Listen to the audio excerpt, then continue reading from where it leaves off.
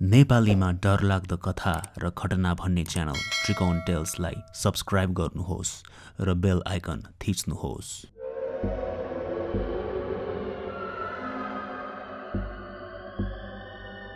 बुढा भइसकेका मान्छेहरूसँग धेरै ज्ञान हुने गर्दछ। उहाँहरूसँग आफ्नो जीवनमा भोग्नु भएको धेरै घटनाहरू र कथाहरू पनि हुन्छन्।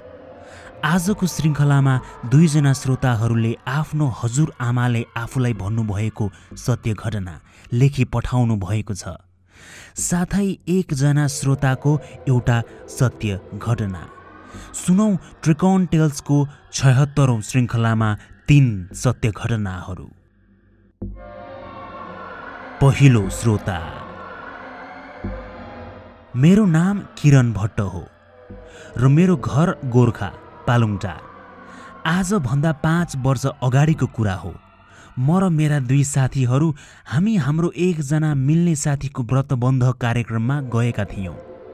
व्रतबन्ध जस्तो चोखो कार्यक्रमको भोजमा हुन त मद्यपान गर्न नहुने हो र भोजमा दिन पनि दिइएको थिएन, तर हामी साथीहरू नै पर्यौँ, लुकेर व्यवस्था गरेका थियौँ। राति अबेरसम्म हामीले रमाइलो गर्दै मद्यपानको नशामा हामी झुमिरहेका थियौँ। अनि घर फर्किने बेला रातिको 1 बजिसकेको थियो। साथीको घरमा धेरैजना पाहुनाहरू हुनु भएकोले उसैको घरमा बस्ने कुरा आएन। त्यसमाथि हामीले लुकेर मद्यपान पनि गरेका। त्यही भएर घरतर्फ हामी अबेरै भए पनि लाग्न थाल्यौँ। साथीहरू हिँड्दै गफ गर्दै हामी आएका थियौँ।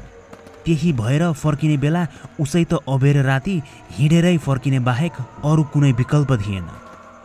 रुखै रुख भएको बाटो भई फर्किनु पर्थ्यो र बाटोमा एउटा कल्लेरी खोल्सा भन्ने ठाउँ पर्थ्यो। धेरै अगाडि त्यस खोल्सामा कल्लेरी भन्ने मान्छेलाई मारेर फालिएको थियो। मान्छेहरू त्यही भन्थे। त्यही भएर त्यस खोल्साको नाम नै कल्लेरी खोल्सा भएको रे। त्यस कल्लेरी खोल्सामा पुग्दा हामी चुरोट पिउँदै हिँड्दै थियौँ। एक्कासी अलि परको एउटा रुखबाट रुखको ठुलै हाँगो खसेको जस्तो आवाज हामीले सुन्यौँ। तर मद्यपानको असर जुन धेरै हदसम्म हटिसकेको थियो, रहेको असरमा रमाउँदै हामी साथीहरू वास्ता नगरी अघि बढी नै रह्यौँ।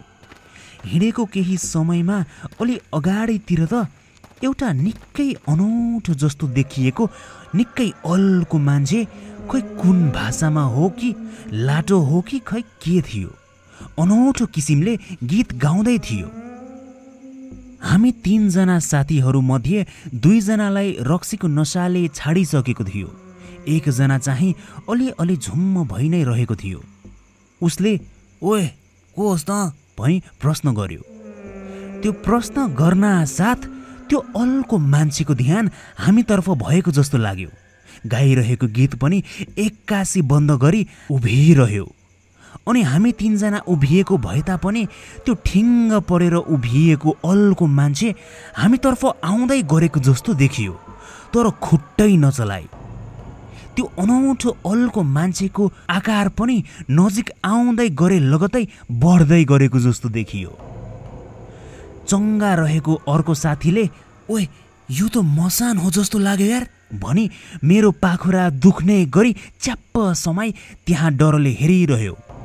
मैले खल्तीमा रहेको लाइटर बाले र हाम्रो निभिसकेको चुरोटलाई सल्काउन थालेँ। त्यसरी लाइटर बल्न साथ भने त्यो हामीतर्फ आउँदै गरेको जस्तो देखिएको, आकार बढ्दै गरेको जस्तो देखिएको मसान टक्कै अडियो अनि फेरि त्यसै गरी गीत गाउन थाल्यो र बिस्तारै सानो सानो हुन थाल्यो। हामी 3 जना डराउँदै हतार गरी दगुर्दै घरतर्फ लाग्यौँ। हामी त्यसरी दौडिन साथ फेरि त्यो मान्छेले गाइरहेको गीत हामीतर्फ आउँदै गरेको जस्तो सुन्न थाल्यो।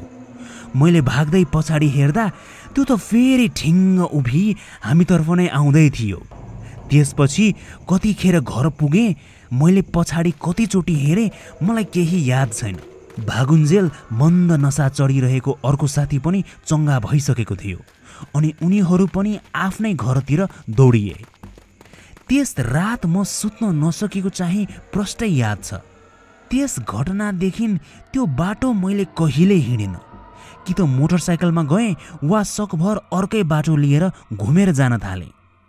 त्यो निकै नै अनौठो देखिएको त्यसको अल्को र अजङ्गको रूप र गाइरहेको त्यो अनौठो खालको गीत, त्यसरी खुट्टै नचलाई हामीतर्फ आउँदै गरेको त्यो के त्यो साँच्चै नै मसान थियो र? जेसुकै भए पनि त्यो मान्छे भने पक्कै थिएन नै। दोस्रो श्रोता। मेरो नाम सुमन कुमार चौधरी र हाल म बुटवलमा बस्छु। यो घटना चाहिँ मलाई म सानो हुँदा मेरी हजुरआमाले भन्नुभएको एउटा सत्य घटना हो। मेरी हजुरआमा त्यस बेला 12 वर्षकी हुनुहुन्थ्यो। उहाँको बुबाको ठुलो आँप बगैँचा थियो। आँपको मौसम भएकोले आँपको बगैँचामा धेरै बच्चाहरू गई आँप चोर्ने गर्थे। कहिले त बच्चाहरू मात्रै नभई चोरहरू नै आई आँप टिपेर कालो बजारमा बेच्ने गर्थे। त्यही भएर आँपको हेरविचार गर्न सधैँ राति हजुरआमाको बुबा र बुबाको साथीहरू उहाँहरू आँप बगैँचामै सानो छाप्रो जस्तो बनाइएको घरमा सुत्नुहुन्थ्यो। एक रातको कुरा हो। हजुरआमा भने सानी, उहाँलाई साइकल चलाउन पनि नआउने। उहाँ र उहाँको एकजना साथी आँप बगैँचामै सुत्नु भएको उहाँहरूको बुबा कहाँ गई आँप पनि खाई रमाइलो गर्ने, हेरविचार पनि गरिन्छ भनेर रमाइलो गर्न जानुभयो। हजुरआमा र उहाँको साथी हिँड्दै उफ्रिँदै आँप बगैँचातर्फ लाग्नुभयो। लगभग 1.5 किलोमिटर पर रहेको त्यस आँपको बगैँचा निकै नै ठुलो थियो।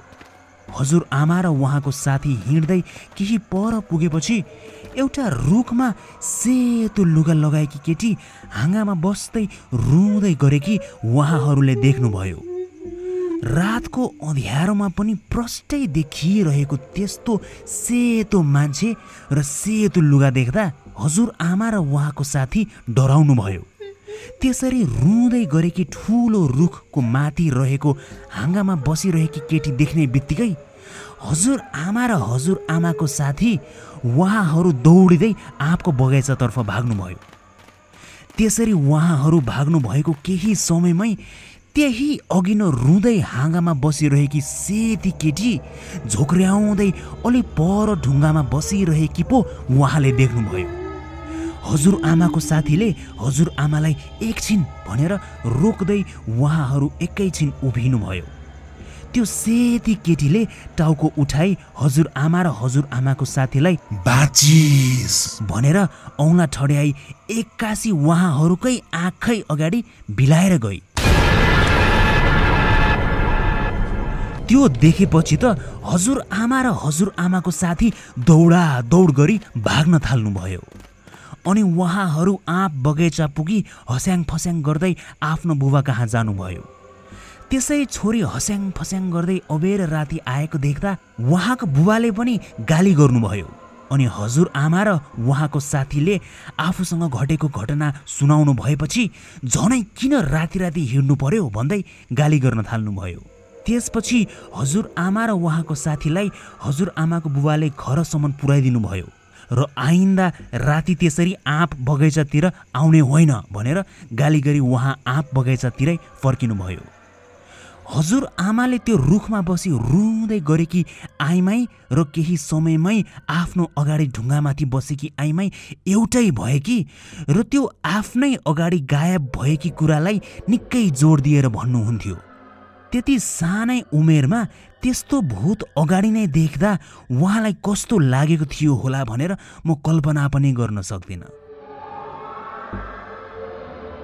तेस्रो श्रोता। मेरो नाम जेस्टर। यो मैले भन्न गइरहेको घटना मलाई मेरी हजुरआमाले भन्नुभएको थियो र यो उहाँको जीवनमा घटेको डरलाग्दो घटनाहरू मध्येको एक। पहिले हजुरआमाहरू रामेछापमा बस्नुहुन्थ्यो। हजुरआमा, उहाँको दाइ अनि हजुरआमाको आमा, 3 जनाको सानो परिवार। हजुरआमाको आमा चाहिँ अलि कमजोर अनि बिरामी हुनुहुन्थ्यो। बुढी भइसक्नु भएको, त्यसमाथि बिरामी। दैवको अगाडि कसको के लागोस् र एक दिन हजुरआमाको त्यस बिरामी आमा बित्नुभयो। त्यति बेला 13 वर्षको उमेर हुनुभएको कलिलै उमेरकी हजुरआमा अनि उहाँको केही वर्षले मात्रै जेठो दाइ उहाँहरूको आमाको दाह संस्कार गरेर दाजु बहिनी भई रुँदै घर फर्किनुभयो। उहाँहरूको आमा पहिलेदेखि नै बिरामी हुनुभएकोले हुँदा घरमा सबै कामहरू हजुरआमा र उहाँको दाइ मिलेर गर्नुहुन्थ्यो, तर प्राय काम भने हजुरआमा नै गर्नुहुन्थ्यो। काम गर्दा गर्दै उहाँहरू परिपक्व भइसक्नु भएको थियो। हजुरआमाको दाजु क्रियाबसी उहाँहरूले गर्न सक्ने जति सबै गरी 13 दिन पनि सकियो। उहाँहरूको आमा बित्नु भएपछिको ती 2 हप्ताहरू त साधारण हिसाबले नै बितिरहेका थिए। बिस्तारै हजुरआमा र उहाँको दाजुलाई घरमा 2 जना मात्रै बस्ने बानी लाग्न थालिसकेको थियो। तर एक रातको कुरा हो, हजुरआमा सधैँ झैँ बाहिर पिँढीमा बसी जातोमा मकै पिन्दै हुनुहुन्थ्यो। समय चाहिँ रातिको 9 बजिरहेको थियो। एक्कासी आँगनमा हजुरआमाले केही आवाज सुन्नुभयो। कोही मान्छे हिँडेको जस्तो अनि कसैले बाँस खिसार्दै लिएरै आँगनमा ड्याम्मै बजारे दिएको जस्तो आवाजले हजुरआमा झस्किनुभयो। त्यो सुन्ने बित्तिकै हजुरआमा हतार हतार उठेर दैलोभित्र पसी ढोका लगाएर आफ्नो ओछ्यानमा गई पल्टिनुभयो। उहाँको दाइ भने सुतिसक्नु भएको थियो। 2-4 दिनदेखि हजुरआमाले त्यही समयतिर बाहिर आँगनमा त्यस्तै कोही हिँडेको जस्तो अनि बाँस घिसारेको जस्तो आवाज सुन्न थाल्नु भएको थियो। तर त्यस्तो भने उहाँले ध्यान दिनुभएको थिएन जति त्यस रात दिनुभएको थियो। त्यस रात भने आफ्नो निकै नजिकै त्यस्तो आवाज सुनेपछि त्यस्तो सुन्न थालेको आवाज त साँच्चै पो आएकै रहेछ भन्ने बुझेर उहाँलाई डर लाग्न थालेको थियो। भोलिपल्ट सबेरै बिहान हजुरआमाले अघिल्लो राति आफूले सुनेको आवाजहरूको बारेमा दाइलाई भन्नुभयो। उहाँको दाइले पनि ठिकै छ, म आज छिट्टै सुत्दिनँ, आफै हेर्छु नि त को आउँदो रहेछ भनी हजुरआमालाई आश्वासन दिनुभयो। त्यस दिन रातमा परिणत भयो अनि खाना खाइसकी हजुरआमाको दाइ भित्र ओछ्यानमा पल्टिएर सबै सुनेर बस्दै हुनुहुन्थ्यो। त्यस रात पनि हजुरआमा सधैँ झैँ मकै पिन्न जातो अगाडि बस्नुभयो अनि आफ्नै सुरमा मकै पिन्दै बेला बेला वरिपरि हेर्दै पिन्न थाल्नुभयो। फेरि 9 बजेतिरै कसैले बाँस घिसार्दै लिएरै आँगनमा ड्याम्मै आफ्नो पुरै शक्ति लगाएर पछारेको झैँ आवाज आयो। आमाले त्यो सुन्नु भएपछि आज चाहिँ वास्ता गर्दिन, के हुँदो रहेछ हेरौँ न भनेर आफ्नो डरलाई नियन्त्रणमा लिई मकै पिनी नै रहन थाल्नुभयो। त्यसरी बाँस बजारिसकेपछि हजुरआमाले पिन्दै गर्नुभएको जातोको आवाज मात्रै सुनिरहेको थियो। त्यसको केही समयमै हजुरआमाको छेउैमा आई कोही थचक्क बसेको जस्तो आवाज हजुरआमाले सुन्नुभयो। त्यो वात्तै कोही आफ्नो छेउमा बस्दा उसको जिउको वेगको कारण आउने हावा झैँ हजुरआमाले पनि त्यस्तै महसुस गर्नुभयो अनि पिन्दै गरेको जातोलाई रोकी एकछिन वरिपरि हेर्नुभयो। हजुरआमाको बायाँ कानपट्टि टाउको अड्याएको झैँ गरी एक्कासी कोही रोइरहेको आवाज सुन्नुभयो। एकदमै डर लाग्दो खालको त्यो रोइरहेको आवाज अरू कसैको नभई हजुरआमाको आफ्नै बित्नु भएको आमाको जस्तो आवाज थियो। डरले जिउ चिसो भई हजुरआमा त्यहीँ टक्क अडिएरै बसिरहनु भयो। बढिरहेको मनको ढुकढुकी र मस्तिष्कले हजुरआमालाई भाग भनिरहे तापनि उहाँ अडिएरै बसिरहनु भयो। हजुरआमाको कानैमा त्यो रुँदै गरेको आवाजले छोरी तँलाई धेरै गाह्रो भयो, आइज मसँग हिँड भनेको हजुरआमाले प्रष्टै सुन्नुभयो। हजुरआमाले डरले पिन्दै गर्नुभएको मकै अनि छेउमा रहेको पिठोको वास्ता नगरी उठेर हतार हतार घरभित्र पसी ढोका बन्द गरिदिनु भयो। अनि त्यसरी भित्र आफ्नो बहिनी हतारिँदै पसेको देखेर दाइले डराउँदै गुटुमुटु परेर बसेको सिरकबाट बिस्तारै टाउको बाहिर निकाली, तैँले त्यो आवाज सुनिस् बहिनी, हाम्रै आमाको जस्तो भनी हजुरआमालाई सोध्नुभयो।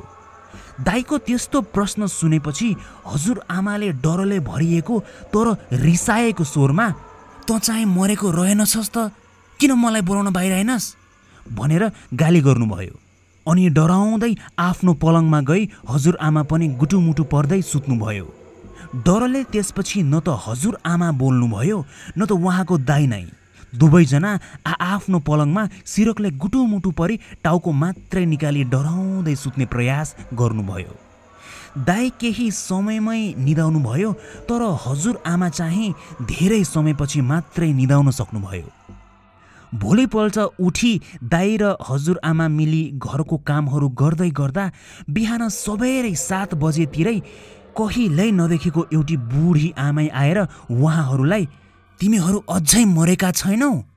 म त तिमीहरूलाई लगिसके होली भन्ठान्या" भन्नुभयो। कहिले नदेखेको मान्छे घरमा आई त्यस्तो कुरा गरेको सुन्दा हजुरआमाको दाई एकछिन अचम्म पर्नुभयो। उहाँहरूले त्यो बुढी आमैको कुरा सुन्दा हजुरआमाको बित्नु भएको आमाले त्यस घर कहिले नछोड्ने र आफ्नो छोरीलाई पनि आफूसँगै लग्न चाहेको भनिन्। त्यस बुढी मान्छेले पनि हजुरआमाको आमा बित्नु भएदेखि सपनामा त्यस्तै देखिरहेको र घरमा राति 9 बजेतिर छोरीलाई लिएर जान बाँस बोकी सधैँ आउन थालेको सपना देखेपछि आज चाहिँ भेट्न आएको भनिन्। त्यही गाउँमै बस्ने त्यस बुढी आइमै आफूले गाउँमा मरेका मान्छेहरूलाई सपनामा देखिरहने र आफूले देखेको सपना मिथ्या नहुने कुरा उनले गरेपछि हजुरआमा र हजुरआमाको दाई आत्तिनुभयो। आफ्नी छोरीलाई जसरी भए पनि आफूसँग लग्ने कुरा गरेको हुँदा त्यस बुढी महिलाले हजुरआमाहरूलाई त्यो घर छिटो भन्दा छिटो छोडेर अन्तैवास स्थान बनाउनु भनी सल्लाह दिइन्। त्यस बुढी त्यसरी आएर हजुरआमाले देख्नु भएको सपना र घटेको घटनाहरू आफैसँग घटेको झैँ सजिलै भनिदिएपछि हजुरआमा र उहाँको दाइले बुढीको कुरामा विश्वास गर्नुभयो र त्यस रात छरछिमेकै घर बसी भोलिपल्ट उहाँहरू बर्दिवासमा एकजना नातेदार कहाँ सर्नुभयो। त्यसपछि हजुरआमाले बेलुका भएपछि कहिल्यै त्यस्तो आवाज सुन्नु भएन। हामी अहिले पनि चाडपर्वको बेला हजुरआमाको दाइलाई भेट्न गइरहेका हुन्छौँ र हामी बेला बेला उहाँलाई "डरपोक बुढा, बाहिर त्यस्तो आवाज सुनेपछि पनि किन बहिनीलाई हेर्न ननिस्कनु भएको होला" भनी उहाँलाई जिस्काइरहन्छौँ।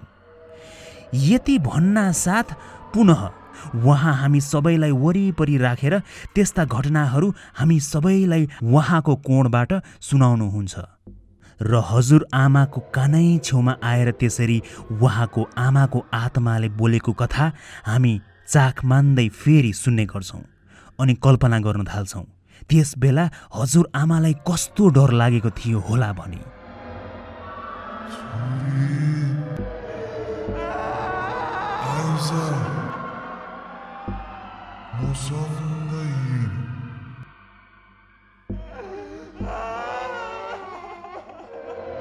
आइसा